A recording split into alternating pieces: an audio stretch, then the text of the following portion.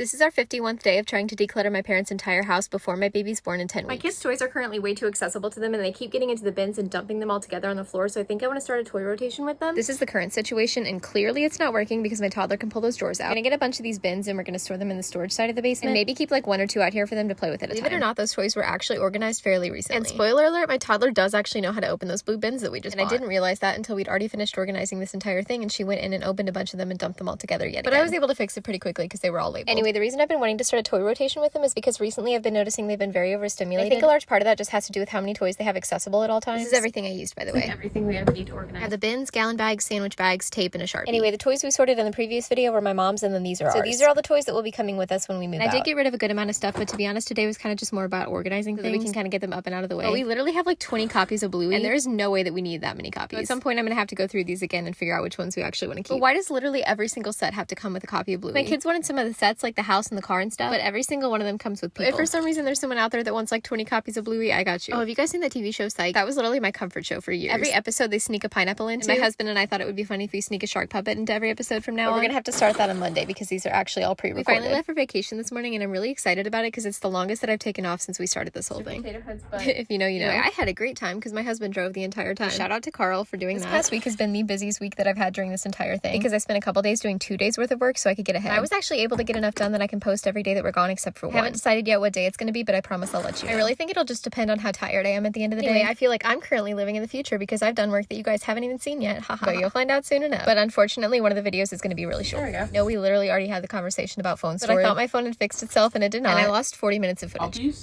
Got me absolutely shocked that my husband can still pick me up when I'm this pregnant. It's really starting to hit me hard. Like I've been waking up so swollen recently. For a while, the baby was breached, so kicking my bladder and head up. But I think the baby finally flipped over. I've been having an insane amount of pelvic pain.